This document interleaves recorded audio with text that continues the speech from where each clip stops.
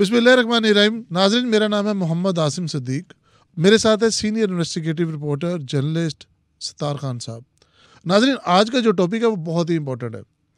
आज हम डिस्कस करेंगे कि हमारी जो मूवीज़ हैं, हमारे जो ड्रामाज हैं, उसके अंदर हमें जो स्क्रिप्ट और जो हिस्ट्री बताई जाती है वो कितनी डिस्टॉर्टेड होती है।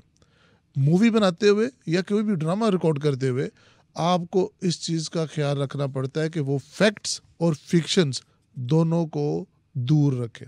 अभी एक वेब सीरीज़ हीरा मंडी के नाम से नेटफ्लिक्स के ऊपर टॉप 10 के अंदर आ रही है और बड़े अच्छे उसके व्यूज़ आ रहे हैं इंडिया के अंदर, पाकिस्तान के अंदर, और हमारे रीजन के जितने भी लोग हैं जो इनको अंडरस्टैंड कर, इवन यूरोपियन कंट्रीज़ के अंदर भी उसकी बहुत अच्छी रीच आ रही है। ये जो मूवी और जो वर्ड हीरा मंडी है, ये पाकिस्तान के अंदर अगर आप देखा जाए तो लाहौर में एक इलाका है टकसाली गेट, उसके पास एक एरिया जिसको हीरा मंडी कहा जाता है, जो कि लाहौर में रहने वाले तकरीबन सभी लोगों को पता था और पाकिस्तान के अंदर भी। बट इसकी डिटेल हम जानेंगे खान साहब से कि ये हीरा मंडी कब वजूद में आई, ये क्या है, और इस मूवी के बारे में भी डिटेल जानेंगे। Khan Sahab, welcome to the show. Thank you. अच्छा, ये लाहौर की हीरा मंडी जो है जी, अच्छा, इसको अरूज जो मिलता है वो ये कई जगहों पर ना ये डिस्टॉर्टेड आपने बात की कि फैक्ट्स को और फिक्शन को साथ लेके चलना, फिल्म बनाना, ये बड़ा मुश्किल सा काम हो जाता है। ये संजय लीला बंसाली ने हीरा मंडी फिल्म एक बनाई, वेब सीरीज़ है ये। तो उसमें ये है कि आपने दो चीज़ें देखनी है जी, एक तो है कि हिस्टोरिकल पर्सपेक्टिव में जाना है, दूसरा फिल्म मेकिंग में जाना। राइट, फिल्म मेकिंग में संजय लीला बंसाली ने बड़ी ज़बरदस्त फिल्म बना दी, ओके, लेकिन हिस्टोरिकल पर्सपेक्टिव में जाएंगे तो संजय लीला बंसाली ने फैक्ट्स डिस्टॉर्ट किए हैं। अब उसने डिलिबरेटली किए हैं, जानबूझ के किए हैं, या उसको पता ही नहीं है इसके बारे में, हम लोग कुछ नहीं कह सकते। हमने चूंकि जर्नलिस्ट हैं, हम लोग चूंकि पढ़ते हैं, इन्वेस्टिगेट करते हैं, एक्सप्लोर करते हैं, डेप्थ में जाते हैं, तो कई चीज़ें देखते हैं कि इसका वजूद हमें कहीं नज़र नहीं आ रहा, लेकिन फिल्म में है। अब sorry to cut you off, Heera Mandi का वजूद कब आया? अब ये जो थोड़ा सा बताइए। अब ये आपकी बात है ना कि हीरा मंडी का वजूद जो है ना, महाराजा रंजीत सिंह के दौर में, वजूद नहीं पहले से थी, अच्छा, लेकिन महाराजा रंजीत सिंह के दौर में समझ ले निसफ शहर लाहौर का जो था ना, वो हीरा मंडी बन चुका हुआ था। अच्छा, जो उस वक्त का लाहौर था। अरूज जो है ना, वो किसी भी बड़े सगीर की मैं बात कर रहा हूँ, राइट, हम लोग बड़े सगीर तक अपने आप को रखेंगे जिसमें हिंदुस्तान पाकिस्तान आता है। किसी शहर की हीरा मंडी इस तरह की नहीं थी जो महाराजा रंजीत सिंह के दौर में लाहौर शहर की हुई। अच्छा, वजह इसकी बहुत सारे जो मुसन्निफीन हैं, जो लिखते हैं, जो तारीख़ लिखते हैं, बहुत सारी वजूहात में एक बड़ी वजह जो कि जिस पे आता है कि ये कन्विंसिंग है, वो वजह ये रही कि लाहौर शहर गुजरगाह रहा है गैर मुल्की फ़ौजियों का, राइट, चाहे वो खैबर पार से आए हैं, चाहे सिंध से आए हैं, चाहे किसी भी जगह से आए। पड़ाव उनका जो होता था ना, पहला पड़ाव वो लाहौर शहर में होता था। राइट, अब लाहौर शहर में जब पड़ाव होता है, एक बात तारीखी तौर पे कही जाती है कि कोई भी शहर अगर किसी गैर मुल्की फ़ौजियों की जद में आए जी, तो उसकी दौलत भी लुटती है और उसकी असमत भी लुटती है। वाह, फातहीन हीरा मंडी बनाते हैं, आबाद करते हैं, और मफतूहीन जिन पे कब्जा होता है ना, वो कस्बियाँ जनते हैं। यानी कि फातहीन ने सर्विस लेनी होती है, मफतूहीन ने जिन पे कब्जा होता है उन्हें सर्विस देनी होती है। ओके, तो इस हवाले से लाहौर का ये रहा कि ये चूंकि गुजरगाह इस तरह की थी कि फौजियों का पहला पड़ाव लाहौर में होता था। अब आप देखें, गैर मुल्की फौजी हैं, उन्होंने किसी मुल्क में किसी इलाके पे कब्जा करना है जो उनका मुल्क नहीं है, तो उनको आते ही ये पड़ जाती हैं। और उसके बाद ये हुआ कि महाराजा रंजीत सिंह, उसके दौर में तो बहुत सारी तवाइफें भी थीं। हीरा मंडी कहाँ से चली? पुरानी अनारकली आप जहन में रखें, लाहौर की पुरानी अनारकली, ये है शुरुआत हीरा मंडी की। अच्छा, पुरानी अनारकली से निकलती हुई नई अनारकली, फिर रसाला चौक, फिर लोहारी दरवाज़ा, अच्छा, फिर हकीमाना बाज़ार, फिर शेखुपुरिया रोड, ये इस तरह से फैला है कि हीरा मंडी के ऊपर जब एक वक्त था, वो कहते थे कि दरिया रावी, हीरा मंडी की दास्तान ऐसे ही है जैसे बूढ़े रावी की उम्र के बराबर हीरा मंडी की दास्तान। बहुत खूब कहा सर। लेकिन अभी अगर आप देखा जाए, जो हमने अपनी होश में सुना, पढ़ा, देखा, तो हमें तो यही बताया गया कि ये टकसाली गेट के पास जो इलाका है यही वो है। तो ये अब तो सुकड़ गया, अब सुकड़ के वो टकसाली गेट तक पहुंच गया। वरना पहले पुरानी नारकली, क्योंकि नारकली भी अपने वक्त में एक तवाइफ थी। अच्छा, बिल्कुल। अब उसकी बैकग्राउंड में जाके बहुत सारी और चीज़ें निकलेंगी। सही। तो पुरानी नारकली से ये कहानी शुरू हुई थी और फिर फैलते फैलते वो चलेगी। अब महाराजा रंजीत सिंह के हवाले से ये है, उसकी 2 शादियां तवाइफ से हुई थी राइट। और दोनों मुसलमान तवाइफें थी। अच्छा। पहली जो तवाइफ थी, मोरा उसका नाम था, राइट। वो दाद दरबार जाती थी, अच्छा। बाकायदा हाजिरी देती थी। ये तवाइफों का एक राह एक ज़हन में रखिएगा कि हमारे कई सुनने वाले, देखने वाले ना, तवाइफों का नाम आता है तो बड़ी अजीबोगरीब तरीके से देखते हैं। राइट। तवाइफों में सलीका ज़रूर था, तहजीब ज़रूर थी। ये एक अपनी जगह पर बात, एक अटल हकीकत। तो जो वो मूवी के अंदर, जो वेब सीरीज के अंदर भी बताया गया है, उसी चीज़ को ही नरेट किया गया है। नहीं, उससे मैं इख्तलाफ करूँगा। उसकी वजह यह है कि लाहौर की हीरा मंडी, जो संजय लीला बंसाली हीरा मंडी में जो हीरा मंडी दिखा रहा है ना, जो कल्चर दिखा रहा है, वो लाहौर हीरा मंडी का कल्चर नहीं था। अच्छा। वो लखनऊ हीरा मंडी का कल्चर है। ओके। लखनऊ में जिस तरह की तवाइफें होती थीं, वो उसने लाहौर की हीरा मंडी में दिखा दी। दोनों कल्चर में फ़र्क है। जैसे कि अपनी फिल्म में हीरा मंडी में जो वेब सीरीज़ है, जी जी, उसमें संजय लीला बंसाली दिखा रहा है नवाब एक वसीम। अब नवाब होते हैं लखनऊ में, लाहौर में नवाब नहीं थे, ना कभी रहे हैं। लाहौर में कौन होता है? जागीरदार होता है, जिमीदार होता है। जागीरदार, लाहौर का जागीरदार, जिमीदार, उसका लबो लहजा बिल्कुल डिफरेंट होता है, तिखा होता है थोड़ा। तो खासा ये पहले भी, ये 1947 से पहले भी जागीरदार जिम्मेदारी थे, कभी नवाबों का दौर नहीं रहा यहाँ पे। यहाँ पर अब ये हुआ है कि अंग्रेज़ों को हम किस किस हवाले से याद करें। बहुत सारी चीज़ें ऐसी होती हैं जो आपको और मुझे तकलीफ इसलिए दे सकती हैं कि हमारे बड़ों में वो ज़मीनें तकसीम नहीं हुई, जो औरों के बड़ों में तकसीम हो गई थी और अंग्रेज़ उसके पीछे था। राइट। अगर हम में भी होती, आसम साहब, आपकी ज़मीन, हमारे पुरखों की ज़मीनों में अगर वो इजाफा कर दे तो हम भी ना बोल रहे होते। सही सही। तो ये था कि ये तिखा था लाहौर का जो जागीरदार ज़मींदार जो हीरा मंडी जाता था। राइट। इसका तिखा था, इसका सकाफत के साथ, तहजीब के साथ, शेर व शायरी के साथ, अदब के साथ वो ताल्लुक़ नहीं था जो लखनऊ के नवाब का था। ओके। अब संजय लीला बंसाली हमें क्या दिखा रहे हैं? वो कल्चर सारे का सारा वो दिखा रहे हैं। जितने भी उसमें करैक्टर हैं, जितने भी रोल हैं हीरा मंडी में, वो सारे के सारे लाहौर की हीरा मंडी के तवाइफ को नहीं रिप्रेजेंट कर रहे। वो कल्चर दिखा रहे हैं लखनऊ का। अब मोस्ट प्रॉब्ली ये हो सकता है कि संजय लीला बंसाली पे ना पाकीज़ा, उमरावजा अदा, इस तरह की फिल्मों का असर ऐसा हुआ कि उसे पता है, उसे film, he knows film making. Sanjay Leela Bhansali जानता है फिल्म बनाई कैसे जाती है। ओके। उसको पता था। और ये भी मुझे है कि वो हिस्ट्री को जब डिस्टॉर्ट कर रहा था फिल्म बनाते हुए, उसको पता होगा कि मैं हिस्ट्री को कर आपका ये कहना है कि 200 करोड़ की वेब सीरीज बनाई गई है और उन्होंने हिस्ट्री के ऊपर कोई इतना काम नहीं किया, या उन्होंने जानबूझ के इसको डिस्टॉर्ट किया? देखो, फिल्म मेकिंग अब बंसाली प्रोडक्शन है, बंसाली म्यूजिक है। संजय लीला बंसाली के कैरियर में ऐसी फिल्में हैं जिन्होंने कंट्रोवर्सी को जन्म दिया। लाइक पद्मावत। पद्मावत एक ऐसी फिल्म थी जिसमें राजपूत जो है ना, वो पुत्र गए सन। बिल्कुल ठीक है। बाइकआउट भी हुए थे, उसके हंगामे भी हुए थे। अब बाइकआउट, उसमें एक यहाँ तक बात गई कि एक तो चीज़ ये है कि उसमें एक गाना था जो दीपिका पे था। दीपिका भी उसमें थी। दीपिका का जो आजकल हस्बैंड है, जिसमें बाद में शादी हो गई दीपिका की, रणवीर सिंह भी उसमें है, शाहिद कपूर भी है। तो झूमर एक था, घूमर था, झूमर था, गाना था एक। वो गाना फिल्मों, इंडिया में जब फिल्म रिलीज़ हुई थी वो नहीं चलाया गया था क्योंकि राजपूतों ने कंट्रोवर्सी जनरेट कर दी थी।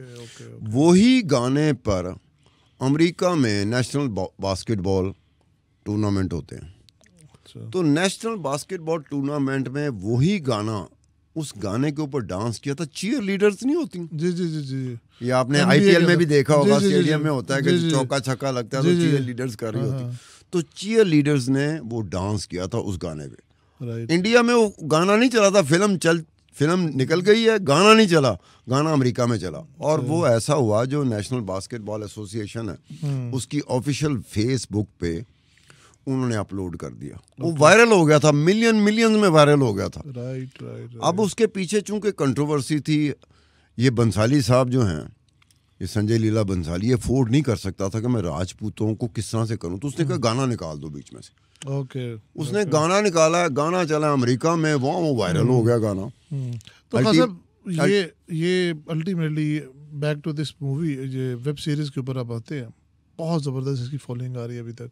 आप टॉप 10 के अंदर देखें ना तो नंबर 1 या नंबर 2 के ऊपर ये होती है, और for last couple of weeks ऐसे ही चल रहा है। अगर एक डायरेक्टर प्रोफेशनली बात करते हैं, वो हिस्ट्री को डिस्टॉर्ट करके बता रहा है, तो क्या ये प्रोफेशनली क्राइम नहीं है? अब इस पे थोड़ा सा ये होता है कि जो फिल्म मेकिंग होती है, हमें भी पता है, मुझे भी पता है कि फिल्म देख रहा हूँ, मुझे भी पता है मैं ड्रामा देख रहा हूँ, आपको भी पता है आप फिल्म देख रहे हैं, आपको भी पता है आप ड्रामा देख रहे हैं। हमें पता होता है कि हम फिल्म देख रहे हैं, हमें पता होता है हम ड्रामा देख रहे हैं। इसमें गुंजाइश निकल आती है, लेकिन इस तरह गुंजाइश नहीं, जैसे मिसाल के तौर पर इसकी मैं गुंजाइश नहीं देने को तैयार, या इतना अलाउंस मेरे जैसा बंदा देने को तैयार नहीं है, आप भी नहीं दोगे, कि लाइब्रेरी दिखाते हैं, मेरे जहन में आ गया। एग्जैक्टली।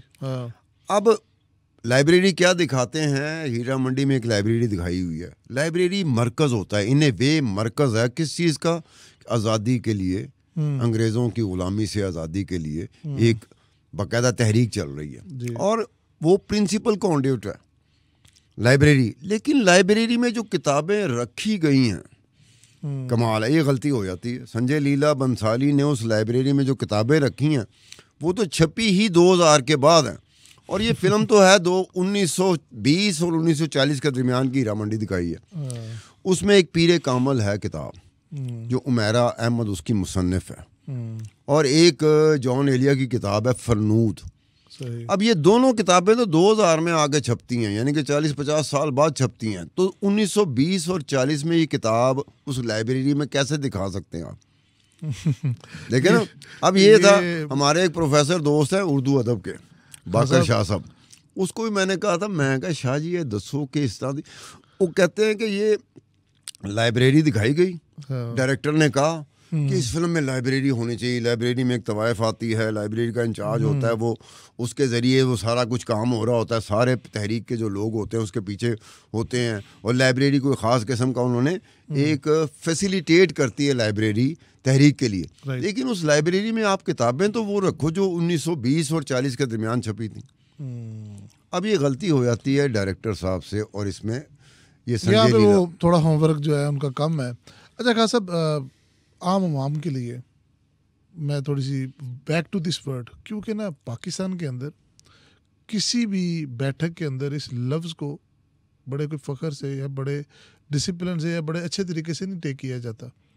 अगर आप कहना यार मैं हीरा मंडी की तरफ से आया, तो ये सोचा जाता है कि यार किसी सेक्स वर्कर को मिल के आया, या किसी ड्रग एडिक्ट को मिल के आया। ये वो जो आप वाली इमेज आ रही है ना, कि जो सलीका, जो फ़न और जो आर्ट था, ये वाली इमेज नहीं आती है। तो कुछ थोड़ा सा इसका बैकग्राउंड बताए कि बड़े सगीर में बिफोर पार्टीशन कितनी हीरा मंडियाँ थी, क्या आज भी ये बात लोग कहते हैं, इसकी कोई दलील है कि वहाँ पर जो तवाइफे थी उन्होंने पूरे दीवाने गालिब याद किए होते थे, कि वहाँ पर जितने भी शायर होते थे वो आकर बाकायदा मुशायरे होते थे, और एक अच्छी आर्टिस्टिक डिबेट होती थी। तो अब तो ये एक टैबू बन गया हुआ है, अब तो ये एक तजलील होती है अगर कोई इसका नाम भी ले। तो कुछ थोड़ी सी इसकी हिस्ट्री बताएं। एक दिलीप कुमार नाम है, अपने दौर का फिल्म इंडस्ट्री, इंडिया की फिल्म इंडस्ट्री अपने दौर का, और अभी भी आज भी कहते हैं कि इंडियन फिल्म इंडस्ट्री के 3 दौर गुजरे हैं अगर हीरोज को लेना। जी। तो पहला दौर था दिलीप कुमार का, दूसरा दौर था अमिताभ बच्चन का, तीसरा दौर है शाहरुख खान का। ये कहा जाता है, वेरी वेल पुट, ठीक है। अब दिलीप कुमार आप देखें, दिलीप कुमार की बेगम है सायरा बानो। सायरा बानो की अम्मा जो थी उसका नाम है नसीम बानो। ये सारा इंडिया बरसगीर जानता, उसको परी चेहरा कहते थे। अच्छा। नसीम बानो की अम्मा वो छमिया बाई थी, शमशाद बाई थी, वो एक तवाइफ थी। ओके। अब सायरा बानो की जो नानी थी वो तवाइफ थी, छमिया बाई। राइट शमशाद भाई। राइट इखलाक अहमद देलवी साहब वो बेखुद के पास जाते थे गालिब पढ़ने के लिए। दादी ने भेजा था कि तू गालिब पढ़ेगा इसके पास जाके। अच्छा अब्बा के साथ वो छमिया की तरफ चले जाते थे, शमशाद भाई की तरफ चले जाते थे। तो ये इखलाक अहमद देलवी साहब बताते हैं कि मैं स्कूल में रोब डालने के लिए ना अपने दोस्तों के कि मैं शमशाद भाई के जाता हूँ। उन्होंने कहा सानू ले जाके दिखा। ये स्कूल में पढ़ते थे। अच्छा बस्ते बुस्ते उठाए वो चले गए वहाँ पे। हम्म, वहाँ पे चले गए तो शमशाद भाई ने बकायदा इनको झाड़ा कि आइंदा से मेरे कोठे पे आना हो तो अपने अब्बा के साथ आना। राइट ये लौंडों को लेके ना अकेले ये अपने दोस्तों को लेके ना आना। वो जो शमशाद भाई थी, छमिया भाई, जो दिलीप कुमार की बेगम की नानी थी, उसने दीवाने गालिब जुबानी याद किया हुआ था। ओके बड़े बड़े शायर बैठते थे तो काफ के की नहीं होता। हम तो नहीं समझते गलती।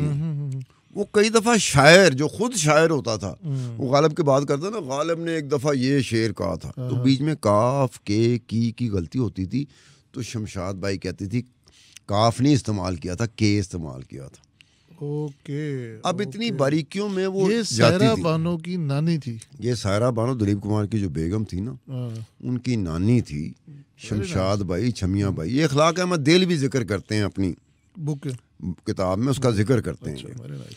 तो ये इस तरह का एक वो होता है। अब दूसरी एक थी ये अपना संजय दत्त नहीं, इनकी वालदा थी नरगिस। बिल्कुल ठीक है। मसलन वन ऑफ माय फेवरेट, मैं कहता हूँ मेरी जो फेवरेट वो नरगिस थी अच्छा अपने दौर में। क्या बात है। अब नरगिस की अम्मा भी तवाइफ थी, ठीक है। सो वो उसमें ये है कि ये वो तवाइफें थीं, ये वो लोग थे जहाँ तहजीब जो है ना अपना डेरा लगाती थी। क्या बात है कि मैंने जैसे पुराने वक्तों से आज तक सुनते आ रहे हो, आपने भी सुना होगा, मैंने भी सुना, बचपन में हमें ये बातें सुनाई जाती थी कि तहजीब का कोई ना कोई ताल्लुक इन तवाइफों से होता है। सही ठीक है। सही। लेकिन ये लखनऊ और दिल्ली की तवाइफें थीं जहाँ पर तहजीब बाकायदा निछावर नहीं जैसे कहते होती है। राइट और अगर आज मेरे पास ऑप्शन हो और दिल्ली की और लखनऊ की वही हीरा मंडी हो तो शायद मैं भी तहजीब सीखने के लिए वहाँ जाना शुरू कर दूँ। वाह सब। आप ये देखें ना कि जो आदाब बजा लाते हैं, आइए का लफ्ज़ बहुत इस्तेमाल होता था, जाइए का लफ्ज़ नहीं इस्तेमाल होता था। जाइए होता था, आंखों में कोई इशारा होता था, ओए होए होए होए, इससे पता समझ जाता था मुझे कह रहे हैं जाइए। आइए तो ऐसे कहा जाता था कि ऐसा आइए आपको बहुत ही महज़्ज़ब जो दुनिया है ना उसमें भी ऐसा आइए। अब देखें ना, मैं आपकी तरफ जाता हूँ, आप आइए इस तरह करते हैं, मेरा दिल करता है मैं दोबारा आऊँ। बिल्कुल सही बात की आपने। और ये जो एक आर्टिस्टिकली सिखाना, अदाब, तमीज़, एक अच्छा दौर कहा जाता है उसमें। कहा सब बैक टू दिस मूवी, तो मुझे तो ये लग रहा है कि जो लखनऊ और दिल्ली की हीरा मंडी थी वो इन्होंने लाहौर के अंदर शो करवा दी है। जो आप कह रहे हैं कि बिल्कुल ही इसके बरक्स थी, उसका तो माहौल ही जैसा नहीं था। ये आप इसको डाइजेस्ट वो नहीं करेगा जो लखनऊ दबिस्तान लखनऊ को जानता है, दबिस्तान दिल्ली को जानता है। राइट वो इसको डाइजेस्ट नहीं करेगा। उस फिल्म को देखेगा, वो कहेगा यार ये लाहौर की हीरा मंडी का कल्चर नहीं है, ये नज़र नहीं आ रहा जिस तरह से वो बीच में तवाइफें दिखाई हुई है ना, वो बिल्कुल ही डिफरेंट बिल्कुल कल्चर है उनका। ये लखनऊ में सूट करती है, दिल्ली में सूट करती है क्योंकि वहाँ का है। बिल्कुल ठीक ये है। लाहौर में इसको बचाते हैं कि लखनऊ और दिल्ली की जो तवाइफें थी उनका मयार जो था, मयार की बात हो रही है, वो मयार बहुत ऊपर का था। हमारे इधर तो ये था कि कई दफ़ा ऐसा होता है कि कल्चर का एक हिस्सा ऐसा चलता है, दिल्ली और लखनऊ में फौजियों की गुजरगाह उस तरह से नहीं रही जिस तरह लाहौर रहा है। बिल्कुल ठीक। खास साहब यहाँ पर ना मैं चाहूँगा नाजरीन के लिए आप वो मुमताज़ का किस्सा सुनाए जो कि हमारे इधर जो लाहौर की हीरा मंडी है वहाँ की तवाइफ थी, और उनका जो वो किस्सा ज़रा नरेट करें। अच्छा, वो भी ये संजय लीला बंसाली 1920 और 40 के दरमियान वो चीज़ बता रहे हैं। अब समझ नहीं आती कि वही दौर था, उस दौर में एक मुमताज़ थी तवाइफ, उसका ताल्लुक इस इलाके से था। ठीक है। तो वो महाराजा इंदौर होते थे, मुमताज़ का उनके साथ एक बाकायदा ताल्लुक बना। रंजीत सिंह के दौर में? नहीं, ये तो बाद की बात है। इस अच्छा, वक्त अच्छा, एक शख्सियत आएगी, मैं उसका नाम बाद में बताऊंगा। अच्छा रंजीत तो बहुत पुरानी बात हो गई। अच्छा, तो महाराजा इंदौर थे, राइट, उनका उनके साथ था मुआशका। अच्छा, जब मुआशका चला तो महाराजा इंदौर मुमताज़ को लेके यूरोप जाया करते थे। फिर एक दफ़ा वो बकिंगम पैलेस भी गए। राइट, अब गोरों का यहाँ पे हुकूमत गोरों की थी, अंग्रेज़ों की हुकूमत थी। वो लेके गए तो बड़ा आओ भगत हुई। अच्छा, नाश्ता भी किया जा रहा है, लंच भी किया जा रहा है, डिनर भी किया जा रहा है। बाद में उनको पता चला कि ये मुमताज़ जो है महाराजा इंदौर की अहलिया नहीं है बल्कि दाश्ता है। ओके, तो उन्होंने स्टेट डिपार्टमेंट ने वार्निंग दी सदनिश की अच्छा, कि तुमने हमसे झूठ क्यों बोला, क्योंकि वो गोरे इस मामले में ज़रा ब्लैक एंड वाइट चलते हैं। बिल्कुल ठीक है, आपने क्लैरिटी में बताना है कि ये मेरी अहलिया है, गर्लफ्रेंड है या दाश्ता है, आपने ये बताना। राइट, अब आपने ऐसा नहीं बताया, उनको गुस्सा चढ़ गया। ओके, उसके बाद ये हुआ था कि मुमताज़ को हर तरह की सहूलत महाराजा इंदौर ने दी हुई थी, लेकिन पाबंदियाँ ऐसी थी कि जैसे माँ बाप से मिलना हो तो बड़ी मुश्किल हो जाती थी, ओके, जहाँ जाना हो तो मुश्किल हो जाती थी, अदरवाइज़ वो महारानियों की तरह रहती थी। ठीक है, तो फिर बीच में ऐसा हुआ कि वो उसने अंदर से फैसला कर लिया था मुमताज़ ने कि मैं किसी तरीके से महाराजा इंदौर से जान छुड़ानी है। अच्छा, तो मसूरी जा रहे थे। ये बाकायदा प्लान, जैसे प्री प्लान नहीं कहते, ये इस तरह हुआ कि मुमताज़ ने वहाँ शोर मचा दिया। अब ट्रेन थी, गाड़ी थी, सब कुछ था, पुलिस आ गई। पुलिस के सामने मसला बड़ा अजीबोगरीब हो जाता। तो मुमताज़ वहाँ से महाराजा इंदौर से चुंगल से निकली है। ठीक है, और एक थे बाउले, ठीक है, ये ताजर था, सेठ था, पैसे वाला था, कारोबारी आदमी था। ये बाउले के साथ मुमताज़ का चक्कर चल गया। लेकिन महाराजा इंदौर के जो लोग थे वो मुमताज़ के ताक़ुब में थे। उन्होंने कत्ल कर दिया बाउले को। अच्छा, बाउले का ताल्लुक था कायज़म मोहम्मद अली जिन्ना के साथ। यहाँ पे रुकिएगा, बाहुले का ताल्लुक था कायद-ए-आज़म मोहम्मद अली जिन्ना के साथ। खान साहब ये कहाँ पे जिक्र हुआ, क्योंकि कभी हमारे सुनने में नहीं इस तरह की चीज़ आई, तो कहाँ पे इसका जिक्र हुआ कि कायद-ए-आज़म का और उसका? ये के.एल. गाबा की किताब है, फेमस ट्रायल्स, जो कायज़म के मशहूर मुकदमात। अच्छा, उसमें ये मुमताज़ का भी और भी मुकदमात हैं। मुमताज़ का मुकदमा भी है कि मुमताज़ का मुकदमा इस तरह से कि बाउले का ताल्लुक कायज़म मोहम्मद अली जिन्ना से था। राइट, बाउले का कत्ल हो गया, महाराजा इंदौर के बंदों ने मार दिया। ओके, उसका केस लड़ा था कायज़म मोहम्मद अली जिन्ना ने, और फिर फांसी हुई थी। जिन्होंने कत्ल किया था उनको फांसी हुई थी। वो केस भी जीते थे? केस भी जीते थे। अच्छा, अब ये है कि उसके बाद मुमताज़ का जो बिल्कुल आखिर ज़माना नहीं होता, जब आखिरी हिस्सा रह जाता है, जी जी, जिसमें हम उम्मीद करते हैं कि अब कोई सानिया ना हो, हाँ, अब कोई तकलीफ़ ना हो। हाँ, शुरू के दिनों में आज़म साहब आप भी जवान हैं माशाल्लाह, क्या कितने जवान हैं आप।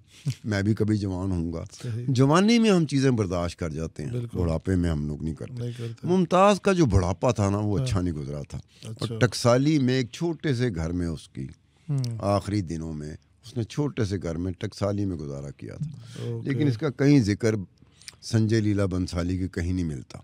दूसरी जो संजय लीला बंसाली की जो फिल्म, ये वेब सीरीज़ है हीरा मंडी, उसमें आसिम साहब मेरा एक है, आप उसमें देखें कि वो तवाइफ कंट्रीब्यूट कर रही है, मदद कर रही है, डोनेशन, चैरिटी, किसके लिए? आज़ादी की जंग के लिए, अंग्रेज़ों से आज़ादी हासिल करने के लिए। मैंने काफ़ी कोशिश की कि मुझे इस तरह के शवायद मिलें कि क्या तवाइफों ने, लाहौर की हीरा मंडी की तवाइफों ने क्या हिंदुस्तान की आज़ादी के लिए कुछ इस तरह की कंट्रीब्यूशन की, कुछ चैरिटी, कोई डोनेशन, पैसे इकट्ठे किए? मुझे नहीं मिला। मुझे कुछ जो मिला ना वो मिला था मेरठ का। मेरठ में जब 1857 की गदर की जंग आज़ादी जिसे हम कई दफ़ा कहते हैं, राइट, कि अंग्रेज़ों से आज़ादी लेनी थी, जी, तो मेरठ में ये हुआ था कि सिख फौजी थे, ठीक है, उन पर मेरठ की तवाइफों ने चूड़ियाँ फेंकी थी ओके, कि ओके, तुम्हें कुछ नहीं है, अंग्रेज़ हम पर काबिज़ है, तुसी उरी नौकरी कर रहे हो। हाँ, अब गदर की जंग के बारे में कहा जाता है कि अगर सिख जल्दी ना करते तो शायद वो नक्शा ना होता गदर का, क्योंकि सिख जो पूतर गए, जैसे कहते हैं ना, सिख पूतर गया, सरदार जी पूतर गए सही, कि यार ये तवाइफों ने कहा, उन्होंने पहल कर दी बगावत की। ठीक है। यानी कि एक होता है ना कि आपका होता है कि यूनिटी इस तरह की हो कि बगावत जब हो तो फिर हर जगह से उस एक वक्त में यूनिटी के साथ आए ना, तो बगावत के कामयाब होने के इम्कानात होते हैं। ठीक है। और भी इसमें खामियां थीं, जैसे खामियों की लेकिन वजह एक से पहलू ये भी था, एक पहलू ये भी था कि वो सरदार जी सिख हजरात उतर गए। उसमें था कि मेरठ की खवातीन ने उस गदर की कंट्रीब्यूट किया था, और उसके बाद अगर कोई तवाइफ ने कंट्रीब्यूट किया तो अलीगढ़ यूनिवर्सिटी जब बन रही थी तो सर सैयद का ताल्लुक था। राइट। एक तवाइफ ने अच्छे खासे पैसे दिए थे अलीगढ़ यूनिवर्सिटी की तामीर के लिए। वाह। अच्छा, इसके अलावा मुझे नहीं मिला, हो सकता है संजय लीला बंसाली को कहीं से कुछ शवायद मिले हों किस तरह की कंट्रीब्यूशन हो रही हो, लेकिन मुझे नहीं मिले। खान साहब, जो आपकी बातें हैं और जो हमने सेशन किया इसके मुताबिक तो ये सारे का सारा जो वेब सीरीज़ बनी है इसके अंदर हिस्ट्री को डिस्टॉर्ट किया गया है बुरी तरह से, और फैक्ट्स कम है, फिक्शन ज़्यादा है। तो आम आवाम जो इस वेब सीरीज़ को देख रही है, आप बिल्कुल इसको एंजॉय करें, हम ये नहीं कहते कि इसको एंजॉय ना करें, लेकिन ये ज़रूर ज़हन में रखिएगा कि जब भी इस तरह की वेब सीरीज़ होती है तो उससे पहले या उसको देखते वक्त बाकी की जो सोर्सेज होते हैं वो ज़रूर वेरीफाई किया करें। इससे आपके जो ख्यालात, आपकी जो इमेज परसेप्शन है अबाउट वन पर्सन और अ प्लेस, वो बिल्कुल चेंज हो जाएगी। मेरी आम आवाम से ये गुजारिश है, आप बिल्कुल मूवी को एंजॉय करें, वेब सीरीज़ को देखें, लेकिन अपनी रिसर्च भी करें। आज का जो शो था हमने सिर्फ ये फैक्ट्स क्लियर रखने के लिए किया था कि कैसे 200-300 करोड़ लगा के एक वेब सीरीज़ बनाई जाती है और कुछ बेसिक चीज़ें जो है वो ठीक नहीं रखी जाती। उनका कोई एजेंडा था, नहीं एजेंडा था, वो एक डिफरेंट डिबेट है। बट आप जब भी कोई चीज़ देखें तो खुद से रिसर्च ज़रूर किया करें, चाहे वो कोई भी पेशा हो, चाहे वो किसी भी तरह का काम हो, उसकी रिसर्च, उसकी परसेप्शन माशरे के अंदर सही तरह से लागू करना ये हम सबका फ़र्ज़ है। As a journalist we have to make sure कि हम आवाम को बताएं कि क्या फैक्ट्स हैं और क्या फिक्शन है। खान साहब, एंड के ऊपर कुछ कहना चाहेंगे आप रिगार्डिंग दिस वेब सीरीज़? बस सिर्फ ये है कि हमें बहरहाल फ़िल्म को फ़िल्म की तरह भी देखना चाहिए, और साथ साथ ये भी देखना चाहिए कि हिस्टोरिकल पर्सपेक्टिव में जाएंगे और इस तरह की चीज़ें आएंगी, फिर कहने से बाज कोई नहीं आएगा। मतलब मैं वो चीज़ें तलाश की कि हो सकता है कि मेरी नज़र से ना गुजरी हो और संजय लीला बंसाली की नज़र से गुजर गई हूँ, लेकिन ये बात एक डोमिनेटिंग फैक्टर है कि संजय लीला बंसाली के दिमाग में पाकीज़ा उमराव जान अदा, अब पाकीज़ा उमराव जान अदा को देखो और आप इस हीरा मंडी को देखो, आपको बहुत सारी सिमिलरिटी, सिर्फ फ़र्क ये होगा कि पुराने वक्त की बनी हुई है, ये मॉडर्न आज के दौर में नेटफ्लिक्स पे बड़ा इसका फ़र्क तो पड़ जाता है ना, टेक्नोलॉजी का फ़र्क तो पड़ जाता है, लेकिन तकरीबन अंदाज वही है। आप किसको ज़्यादा नंबर देंगे, उमराव जान अदा को या हीरा मंडी वाली वेब सीरीज़ को? देखिए, जिस उमराव जान अदा और पाकीज़ा के बारे में मैंने कंगाला नहीं था, अच्छा, हीरा मंडी के बारे में मैंने हिस्टोरिकल पर्सपेक्टिव में कंगाला है। आज भी मैं पाकीज़ा और उमराव जान अदा को और अंदाज में देखूंगा, क्योंकि उसको कंगाली नहीं था, वो मेरे लिए फिल्म है। ये मेरे लिए सिर्फ फिल्म नहीं रही, बल्कि हिस्टोरिकल पर्सपेक्टिव में मैंने कुछ चीज़ें कंगाली हैं। तो वो इम्पैक्ट जो पाकीज़ा का या उमराव जान अदा का मुझ पर है, वो हीरा मंडी का नहीं होगा। मुझे पता होगा यार ये लाइब्रेरी तो दिखा रहा है संजय लीला बंसाली, लेकिन इसमें जो किताबें पढ़ी हुई हैं वो तो छपी बाद में थी। बिल्कुल। और ये इस तरह की कंट्रीब्यूशन यहाँ पर हुई नहीं थी, अगर कंट्रीब्यूशन हुई थी तो फलानी जगह पे हुई थी। ये लाहौर की हीरा मंडी मुझे नहीं लग रही। बिल्कुल। हाँ साहब, बहुत शुक्रिया, आपने बहुत सारी ऐसी चीज़ें बताई जो कि मुझे भी नहीं पता थी और उम्मीद है कि वहाँ को भी अभी पता चली होंगी। बस एक गुजारिश है आप सबसे कि जब भी कोई मूवी देखें, कोई वेब सीरीज़ देखें, तो उसकी परसेप्शन बनाने से पहले खुद थोड़ा सा होमवर्क ज़रूर करें, रिसर्च ज़रूर करें, हिस्ट्री को पढ़िए, क्योंकि हिस्ट्री पढ़ेंगे तो आपका मुस्तकबिल ठीक होगा। With that, I thank you, Khan Sahab, for this, and thank you everyone for watching our podcast. See you in the next podcast. Thank you.